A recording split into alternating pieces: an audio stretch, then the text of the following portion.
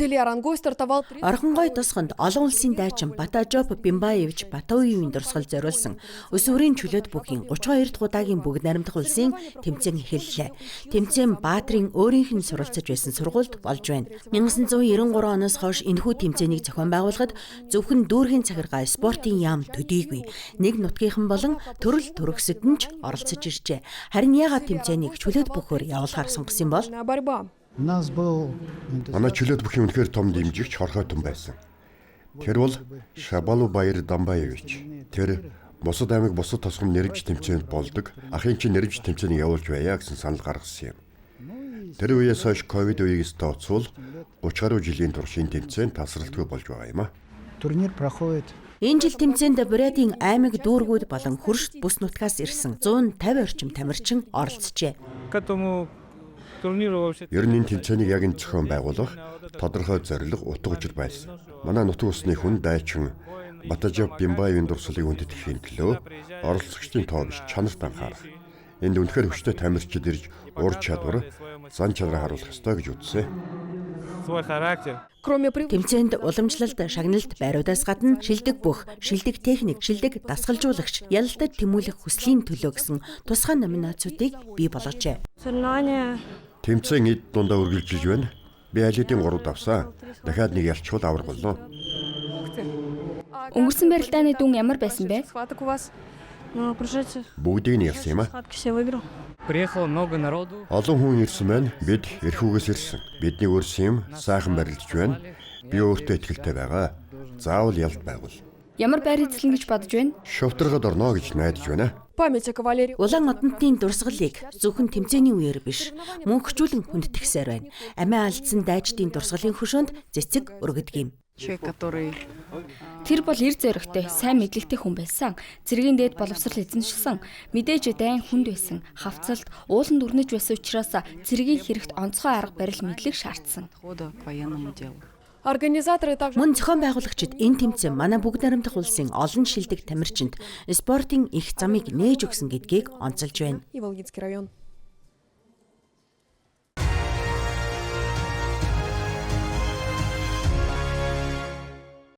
Мария Шаманова гар бүг амархан өгсөрч задлана. Тэр энэ зэвсгийн талаар бараг бүхнийг бүр илүүхч мэднэ. Учир нь гаднаасаа эмзэг харагдах энэ бүсгүй хэдэн жилийн турш зэвсгийн эргэлтэд хяналт тавих ажил эрхэлж байна. Мария бол лиценз зөвшөөрлийн хяналтын хилцэн ахлах байцаагч. Тэрээр бүртгэл, хадгалалтын нөхцөл, хадгалах журамд шалгалт хийдэг. Дээд сургуулаа төгсөөд энэ мэргэжилд орж ирсэн бөгөөд хийсэн сонголттой огт харамсдаггүй. Ажилдаа итгэлтэй.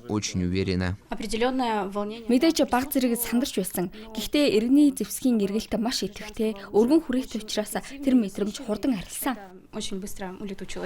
Харин Артем Сирен зам засварчнаас маникюр, педикюрийн мастер хүртэлх замыг туулжээ. Эрхүү хотод энэ мэргэжлээр ажилладаг цөөн эрчүүдийн нэг нь тэр юм. Манай Баатар энэ урлагт хүрэхийн тулд урт замыг туулжээ. Эхэндээ стилист болохыг хүсэж байсан ч тухайн үед гендерийн хэвшмэл ойлголттой тулгарсан байна. Ингээд замын салбарт өөрийгөө олжээ. Дараа нь энэ салонд маникюрийн мастер хэрэгтэй байгааг мэдээд оролдож үзэхээр шийдсэн байна. Сургалтад хамрагдаж ажилд орсноос хойш өдгөө 5 дахь үйлчлүүлэгчдийн хумсыг засаж оёж байна. Би анх эхэлж байхад зөвхөн эмэгтэй мастеруд байсан. Надад одоо нэг үйлчлүүлэгч ирэн их төвхтэй хүн шүү гэж байлаа. Тэр үйлчлүүлэгч ирэхэд бид хоёр тайван сууж сэтгэлээ нээж ярилцдаг юм. Бүх зүйл сайхан өнгөрдөг. Сонирхолтой нь Артемийн эхнэр зам засварын салбарт ажилладаг. Иймэрхүү гендерийн хэвшмэл ойлголтыг давсан мэргэжил сонгож байгаа хүмүүс жил ирэх тусам нэмэгдэж байна. Сэтгэл зүйчдийн хэлснээр хүмүүс юу гэх бол гэсэн айдас аль хэдийн ард хоцорчээ. Харин одоо хүмүүс тухайн мэргэжлийг эзэмшиж чадахгүй байх, эсвэл хамт олондоо дасан зогсож чадахгүй байх вэ гэдгээс илүү эмээдэг болсон байна. Өнөө үед гендерийн хэвшмэл ойлголтууд бүдгэрч байна. Хүмүүс өөрт нь илүү илүү тохирох, илүү дуртай, ур чадвараа ашиглаж чадах орчноо хайж байна. Урд нь мэрэгжлийн тодорхой заагтай эмэгтэйчүүд эрэгтэйчүүдийн мэрэгжилд ховор ордог байсан бол одоо энэ бүхэн холилдож, гол нь тухайн хүн ажил мэрэгжлийн орчиндөө тав тухтай байх нь чухал болсон. Эрх хүмүүжийн хөдөлмөр эрхлэлтийн яамны мэрэгжилтнүүд ч мөн гендерийн ялгуурлал буурж байгааг онцолж байна. Тухайлбал дунд сургуулиудад эрэгтэй багш нарын тоо нэмэгдэж, эмэгтэй инженерүүд ч олширчээ.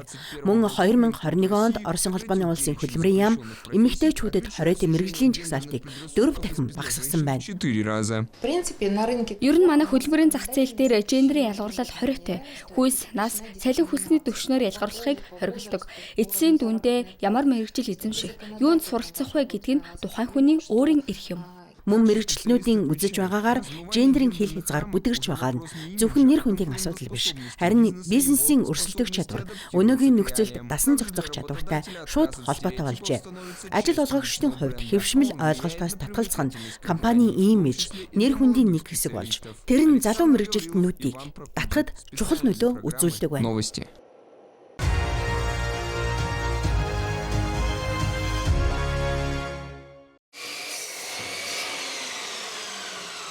Признаться, мы даже не догадывались. Үнэн дээр үзэсгэлэнгийн нээлттэд бэлтгэх ажил ийм өргөн цар хүрээтэй байдаг гэж бид төсөөлөөгүй. Орон нутгийн түүхийн музейн нэг танхимд шинжилсэн үзмөрийн бэлтгэл эд өрнөж байна. Өөрөөр хэлбэл музейн орон зайг бүхэлд нь өөрчлөн шинжилж байгаа хэрэг.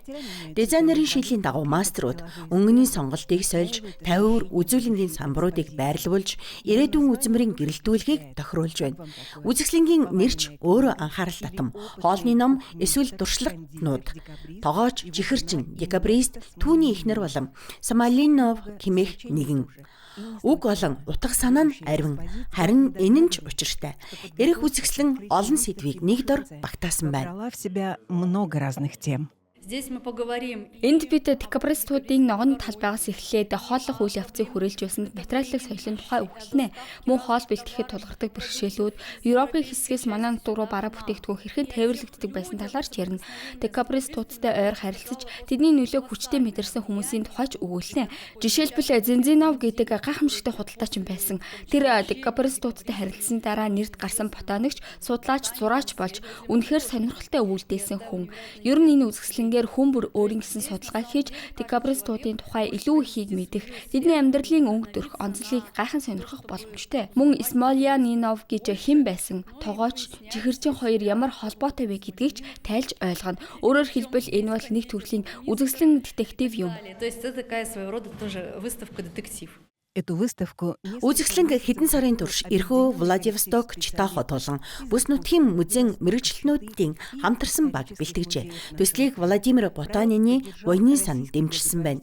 Читахотын 19-р зууны язгууртны ертөнц Сибирийн ахуйтай хэрхэн огтлцож байсныг энэ үзэсгэлэнгээс харж мэдэх боломжтой. столкнулась с миром сибиряков. Үнэн дээр энэ бол хоорондоо бараг огт огтлцдаггүй хоёр өөр ертөнц. Зарим талаар биенийхээ оршин тогтнолыг ч төсөөлдөггүй байсан тэд энэ дуулцаж, соёлын сонирхолтой харилцан нөлөөлөл бий болсон. Тэр нөлөө нь өнөөдөр ч бидний өдөр тутмын амьдралд мэдрэгцээр байна. Подготовка к Үзэсгэлэнгийн бэлтгэл ажил нээлтийн албан ёсны өдөр болох 3 дугаар сарын 20-оос нэлээд өмнө эхэлсэн. Иймээс Читахотыг орон нутгийн өнгөрсөн түүх рүү хийсэн сонирхолтой өнгөлөг аялал хүлээж байна. нашего края.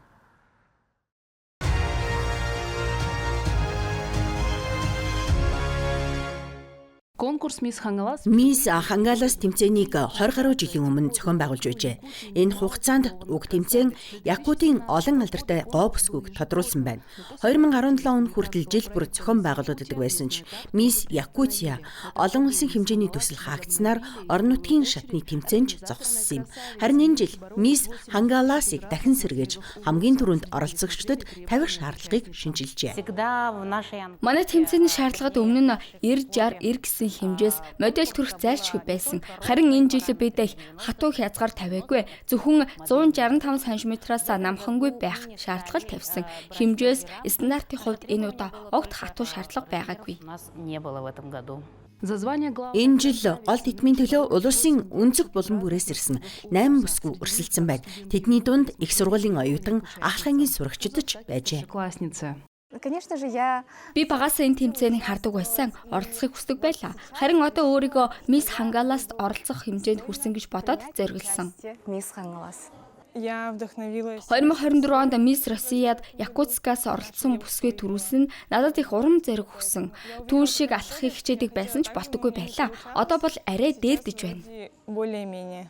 В этом году программа Энэ жилийн хөтөлбөр финалаас 7 хоногийн өмнө эхэлжээ. Оролцогчдын хуваар цаг минутаар төлөвлөгдөж, бэлтгэл сургуулиэлт алхааны хичээлээс гадна төрөл бүрийн мастер класс арга хэмжээнд оролцсон байна. и акциях. Таны дэмжлэг ирээдүйд оруулж буй хувь нэмэр. Гранд-финал. Уламжлал ёсоор гранд финал саргийн тусалгаатай соёлын төвд болж өнгөрлөө. Оролцогч бүсгүйчүүд танилцуулга, спорт, авиасын үзүүлбэр зэрэг нийт 5 төрөлд өрсөлдсөн. Тэдгээрээс миний нутаг сэдвт үзүүлбэр хамгийн сонирхолтой нь байж, бүсгүйчүүд гар доорох материалаар өөрсдийн төрсөн населгийг илэрхийлсэн хувцас урлан үзүүлжээ. Регия.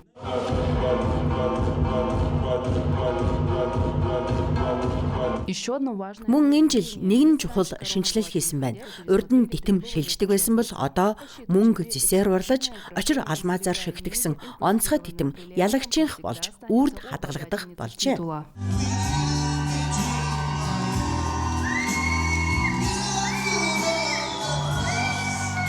Кульминации вечера. Үдшийн оргил мөчийг үзэгчд амьсгал даран хүлээж байлаа. Хамгийн үзэсгэлэнт 3 бүсгүйгээр 2-дугаар Дидмис Покровск хотоос ирсэн Саяна Еремеева, 1-дугаар Дидмисээр мөн Покровскийн төлөөлөгч Елизавета Мартинцова шалгарсан бол Мисс Хангалас 2026 дитэм гол шагналын эзнэр Булгутаньях тосгоны Карина Фомина тодорчээ. В Уняхтах. Виолетта Засимова, Хангаласский улус.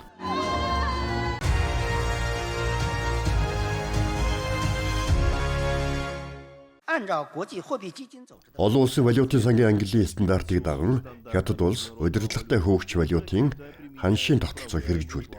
Энэ оны эхний 3 сарын хугацаанд юаны ханш ам доллартай харьцуулахад ойролцоогоор 1.3%-аар, еврогийн эсрэг 3.7%-аар, Японы иений эсрэг 3.2%-аар, Британий пунтын эсрэг 2.4%-аар өссөн.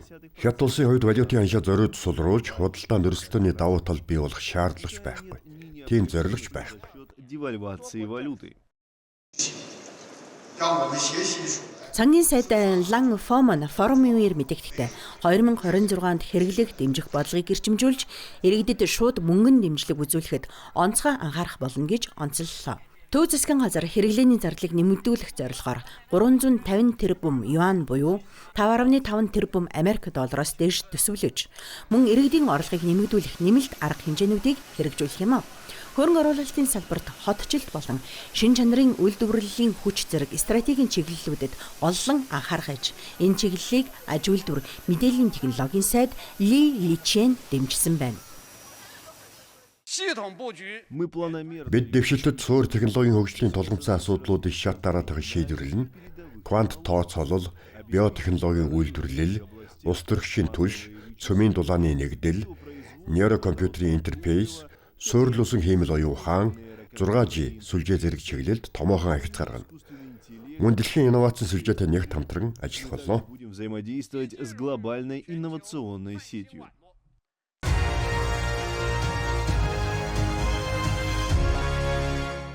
Гимнастика ума и тела. Именно Оюун ба биеийн гимнастик, хятадын уламжлал тулааны урлаг болох Tai Chi Chuan буюу тайчиг ингэж тодорхойлж болно.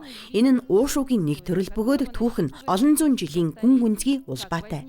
Tai Chi Chuan хэрхэн үүссэн тухай өнөөдрийг хүртэл маргаантай хэвээр олон хүн түүнийг домогт Даос Чан Санфэнд холбон тайлбарладаг. Домогт үйлснэр тогроо ба могон тулалдаанаас урам авч им ба ям буюу тэнцвэр зохицлын зарчимд суурилсан хөдөлгөөний зохицыг бүтээжээ. Цаг хугацааны явцад энэ урлаг жирийн хүмүүсийн дунд түгэн дэлгэрч хятадын соёлын салшгүй нэг хэсэг болсон байна. Өнөөдөр энэ гоо сайхан гүн утгатай урлаг хэдэн зуун сая хүмүүсийн амьдралд нэвтэрч кино, олон ангид бүтээлд дүрслэгдэн хятадын хамгийн том баярын нэвтрүүлэг болох шинжилийн гала тоглолтод ч тогтмол оролцдог. Өдөр бүр хятадд сая хүн мэрэгжлийн тамирчид төдийгүй бүх насныхан Tai Chi Chuan-аар хичээлж байна. так и любители всех возрастов. Хэрэв та хятад ирвэл маш олон сонирхолтой дүү зураг харж болно. Хотын цэцэрлэг түрээлэнд өглөөбөр олон ахмад настнууд тайчи чив хийж байгааг харж болно. Миний бодлоор тайчи чив нь зөвхөн хятад төдийгүй дэлхийд даяар маш их тархсан. Одоогийн байдлаар 100 гаруй улс бүс нутагт хүмүүс тайчи чивгаар хичээлж байгаа юм а. В 2020 2020 онд ЮНЕСКО тайчичуаныг хүн төрөлхтний биед бус соёлын үеийн жагсаалтад бүртгэсэн. 20 дугаар зуунд энэ урлаг хятадын хилээс даван дэлхийд даяар тархсан юм.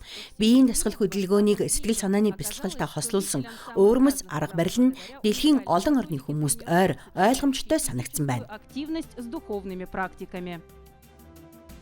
Для меня это искусство. Надад энэ урлаг бусадтай харьцуулахад их онцгой санагддаг. Хамгийн эпиктэй. Эхэнтэй бүх хөдөлгөөнд зөөлөн, дараа нь маш тод хурц болдог нь гайхалтай. Би бүх муу бодлоод орхиж зөвхөн дасгалдаа төвлөрдөг юм. Энэ нь намайг тайвшруулж, би зүгээр л хичээллээд таашаал авдаг. Я просто занимаюсь и наслаждаюсь.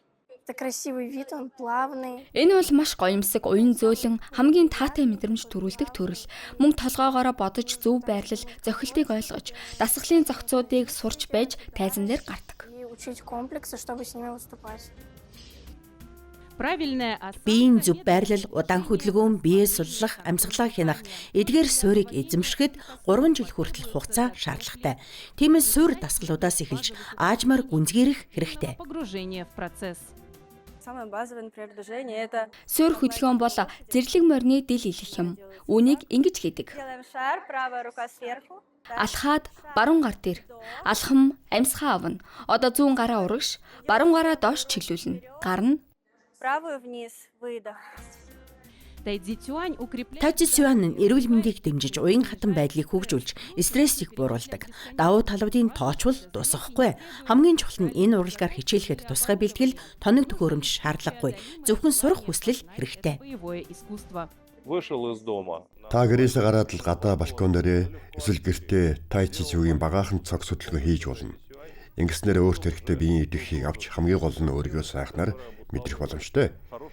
Энэ бол үнэхээр л хятадын соёлын үнэт эрдэнэ гэж хэлж болно.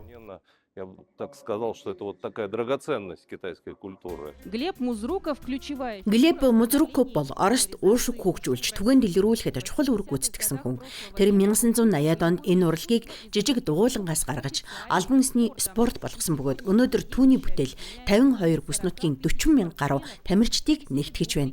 Тайчичуан чиглэл нь холбоонд онцгой суур эзэлж, жилэрэх тусам улам олон хүнийг татаж байна. Привлекает все больше спортсменов в разных городах.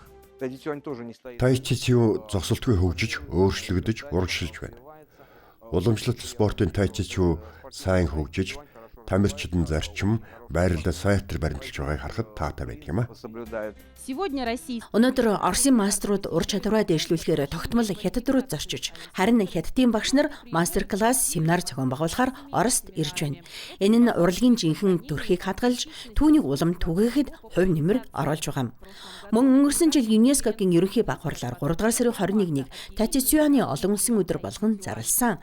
Энэ жил уг өдрийг дэлхийд даяар өргөн тэмдэглэж, Оросын нийслэлд болсон баярын үйл ажиллагаанд олон зуун тамирчин, туршлагатай мастерууд оролцжээ. спортсменов и опытных мастеров тайчи.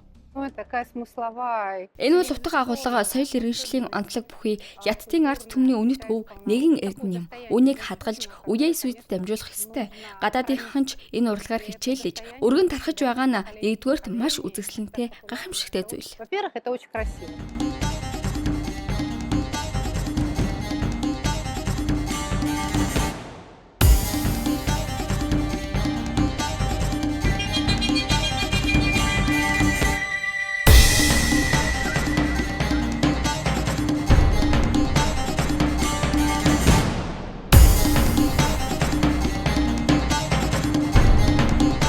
Сегодня тайцзичуань Өнөөдөр Тайчичуан буюу оюун ба биеийн гимнастик нь ард түмнүүдийн хоорондын холбоог бэхжүүлэх шинэ үүрэг гүйцэтгэж байна. Тайчигаар дамжин хятадын уламжлалт соёл бидэнд илүү ойр ойлгомжтой болж, энэхүү эртний урлаг ардын дипломат харилцааны нэг хэсэг болон улс орнуудын харилцаанд эерэг нөлөө үзүүлсээр байна. Алиса Климантович, Инна Фернандес, Виктор Стребков, Константин Матвеев, Дмитрий Калинин. Новости Большой Азии.